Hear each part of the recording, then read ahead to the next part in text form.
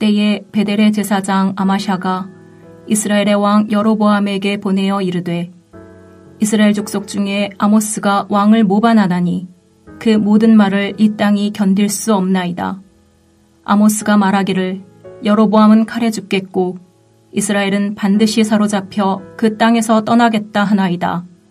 아마샤가 또 아모스에게 이르되 선견자야 너는 유다 땅으로 도망하여 가서 거기에서나 떡을 먹으며 거기에서나 예언하고 다시는 베델에서 예언하지 말라. 이는 왕의 성소요 나라의 궁궐임이니라. 아모스가 아마샤에게 대답하여 이르되 나는 선지자가 아니며 선지자의 아들도 아니라 나는 목자요 뽕나무를 재배하는 자로서 양떼를 따를 때에 여호와께서 나를 데려다가 여호와께서 내게 이르시기를 가서 내 백성 이스라엘에게 예언하라 하셨나니 이제 너는 여호와의 말씀을 들을지니라. 내가 이르기를 이스라엘에 대하여 예언하지 말며 이삭의 집을 향하여 경고하지 말라 하므로 여호와께서 이와 같이 말씀하시기를 내 아내는 성읍 가운데서 창녀가 될 것이요 내 자녀들은 칼에 엎드려지며 내 땅은 측량하여 나누어질 것이며 너는 더러운 땅에서 죽을 것이요 이스라엘은 반드시 사로잡혀 그의 땅에서 떠나리라 하셨느니라. 5개의 환상 이야기가 전개되는 과정에서 오늘 본문은 갑자기 뜬금없이 끼어든 이야기처럼 보입니다. 하나님은 다림줄 환상을 통해 북이스라엘의 성소와 여로보암의 집을 칠 것을 예언하자 베델의 제사장 아마샤를 통해 북이스라엘이 어떤 반응을 보여주었는지를 오늘 본문은 알려주고 있습니다. 아마샤는 아모스 선지자가 외친 메시지에 대하여 철저하게 거부하는 정치, 종교 지도자들과 백성을 대변한다고 말할 수 있습니다. 아모스는 3장에서 내가 이스라엘의 모든 죄를 보응하는 날에 베델의 제단들을 벌하여 그 제단의 뿔들을 꺾어 땅에 떨어뜨리고 4장에서는 너희는 베델에 가서 범죄하며 길갈에 가서 죄를 더하며 아침마다 너희 희생을 3일마다 너희 11조를 드리며 5장에서는 베델을 찾지 말며 길갈로 들어가지 말며 브엘세바로도 나아가지 말라. 길갈은 반드시 사로잡히겠고 베델은 비참하게 될 것임이라 하셨나니 라고 하면서 베델에 대하여 줄기차게 베델에 대한 파괴를 예언하였습니다. 이 예언들에 대하여 아마샤는 어떻게 이해하고 반응하였습니까? 아모스가 왕을 모반하며 그가 한 모든 말을 이 땅이 견딜 수 없고 여로보암 2세는 칼에 죽고 이스라엘은 사로잡혀 그 땅을 떠나게 될 것으로 이해하며 반응합니다. 한마디로 아모스를 정치적 반역자로 만들어버립니다. 다림줄 환상을 이스라엘을 향한 마지막 경고로 듣지 않고 단지 왕과 나라를 위협하는 시도, 즉 모반으로만 해석한 것입니다. 이때 아마샤가 강조한 것과 생략한 것은 무엇입니까? 아마샤는 아모스가 전하는 메시지를 왕권을 위협하는 모반이라는 관점에서 해석하고 왕에게 전달합니다. 여로보암 2세가 칼에 죽고 이스라엘이 포로로 잡혀간다고 예언하는 것 자체가 반역의 반영으로 정권이 이어진 북이스라엘로서는 매우 듣기 싫은 소리이며 반역을 시도하는 말로 들려집니다. 그러나 베델의 제단에 대한 하나님의 심판의 메시지는 전혀 언급하지 않습니다. 베델의 제사장으로서 자신의 문제는 감춘 것입니다. 아마도 여로보암 2세에 대한 아마샤의 이른 보고는 여로보암 2세의 분노를 가져왔을 것이고 이 일로 아모스 선지자는 더 이상 북이스라엘에서 사역하지 못하고 유다로 돌아갔을 가능성이 매우 높습니다. 실제로 왕의 지지를 얻은 아마샤는 아모스에게 선견자야 너는 유다 땅으로 도망하여 가서 거기에서나 떡을 먹으며 거기에서나 예언하고 다시는 베델에서 예언하지 말라 라고 경고합니다.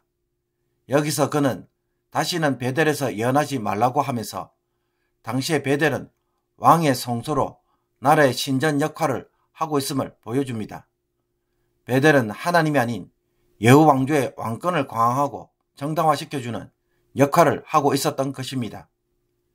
이것을 볼 때 아모스가 하나님의 편에서 하나님의 말씀을 전하는 선지자인 반면에 아마샤는 왕을 위하여 제사를 드림으로 하나님의 성소가 아닌 왕을 위한 성소로 만들고 있고 왕권을 정당화하며 지지하는 종교 지도자 역할을 하고 있음을 보여줍니다.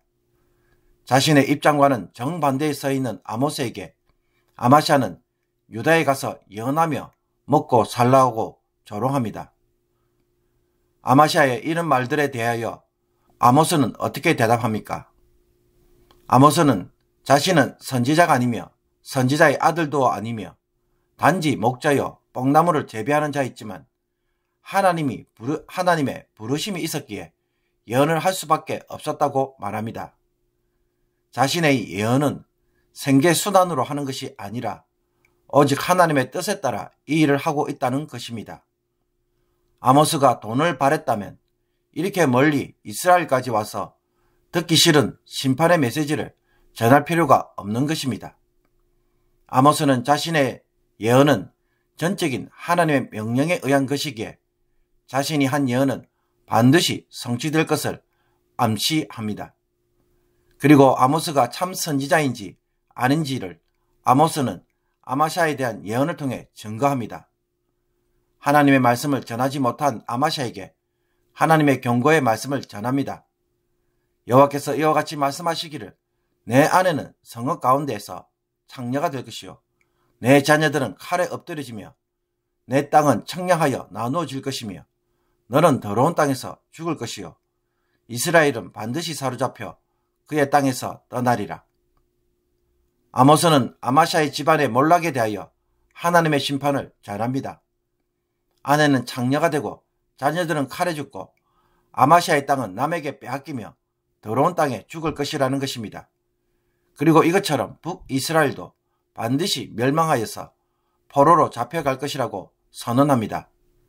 하나님의 경고의 말씀을 무시하였기에 하나님 앞에서 쫓겨나는 수치를 맞이하게 될 것입니다. 사랑하는 성도 여러분, 아마샤를 통해 보듯 베델은 왕권을 위한 성소와 신전으로서의 기능을 하고 있고 여기서 자신들의 이익을 누리며 왕권에 도전하는 것에 대해서는 그 어떤 하나님의 메시지도 거부하고 있음을 보여줍니다. 하나님의 심판과 경고의 메시지를 전혀 듣지 않는 것입니다. 우리가 정치적 관점에서 본다면 하나님 나라는 이 세상의 그 어떤 정권을 위해서도 존재하지 않습니다. 세상의 정권을 지지하게 되면 정권에 협조하는 일로 이익 집단이 되고 정권을 옹호하는 대변자 역할을 하게 됩니다. 문제는 이 과정에서 정권의 나쁜 점을 미화시키고 합리화하며 제약을 정당화시키는 일에 얼마든지 앞장설 수가 있기 때문입니다. 그러므로 성도는 어느 특정 정당의 관점에서 정치를 바라보는 것이 아니라 항상 율법으로 왕의 통치를 감독하는 선지자의 입장에서 바라보아야 합니다. 그래서 하나님의 말씀을 따라 행하면 칭찬하고 잘못하면 냉정하게 비판할 수 있는 그런 태도를 가지고 있을 때에 교회가 세상에 휩쓸리지 않고 세상 사람들에게 바른 방향과 시각을 제공해 줄 수가 있습니다. 그런데 기독교가 교회의 이익을 대변하는 정당이나 정치 지도자들을 무조건 자신의 편으로 간주하고 그들의 모든 정치적 행위에 대하여 무조건 옳은 것처럼 해석하고 옹호하면 어떻게 될까요? 아마샤처럼 아모스를 추방하는 목소리를 낼 수밖에 없습니다. 아마샤가 결코 바른 제사장이 되지 못하는 이유는 특히 그가 이익에 매여있기 때문입니다. 왕의 성소로서 역할을 함으로 누리는 지위와 부와 명예에서 자유롭지 못하는 것입니다. 이것은 정치 영역이 아닌 개인의 삶에서도 마찬가지입니다. 먹은 놈은 말이 없다는 것처럼 우리는 이익의 문제와 관련되면 너무나 쉽게 죄와 타협하고 사람과 타협합니다. 팔은 안으로 굽는다는 말도 동일합니다. 가족과 관련되면 사람은 쉽게 정의와 공의를 포기해버립니다. 돈 때문에 움직이는 사람, 권력과 명예에 의해 사는 사람은 죄의 유혹에 쉽게 넘어갈 수밖에 없습니다. 그러므로 사람은 그 마음에 든 생각, 즉 욕심인지 아니면 하나님을 향한 청결한 마음인지에 따라 결정할 것입니다. 아마시아는 욕심에 의한 생각으로 살았기에 그의 종말은 비참한 심판을 맞이할 것이라고 하나님은 아모스를 통해 선포합니다.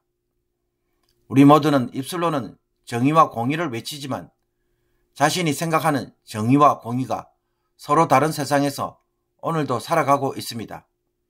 자신의 입장에 따라 생각하는 그 일이 이루어지는 것이 공의라고 생각하는 것입니다. 이런 혼란 속에서 저와 여러분이 바른 분별력을 가지려고 한다면 기준을 어디에 두어야 하겠습니까? 어떤 것이 더 하나님 나라에 합당한 것인지 늘 생각해야 할 것입니다. 그리고 선한 동기만큼 선한 방법으로 대응하고 자신의 위치와 자리에 연연해 하지 않을 때에 하나님 나라를 이 땅 가운데 세우는 자들이 될 것입니다. 오늘 우리가 이 마음만 가져도 자신이 속한 자리에서 무엇을 어떻게 해야 할지 판단이 서게 될 것입니다. 기도드리겠습니다. 하나님 아버지, 하나님에 대한 저희들의 무지함이 세상에서 이리 휩쓸리고 저리 휩쓸리며 자신의 이익에 따라 행동하도록 만드는 것을 봅니다. 용서하여 주옵소서. 세상 나라의 정치에 휩쓸려 싸우고 갈등하는 것이 아니라 하나님 나라를 이 땅에 세우고자 하나님의 방법으로 진리를 세워가는 자들이 되게 하여 주시옵소서. 세상이 주는 이익에 마음이 빼앗김으로 분별력을 잃어버리고 자신의 죄악을 정당화시키는 오리를 범하지 않도록 늘 우리의 마음을 정결한 심령으로 세워 주시옵소서. 손해를 기꺼이 감수하는 마음도 저희들에게 주시옵소서.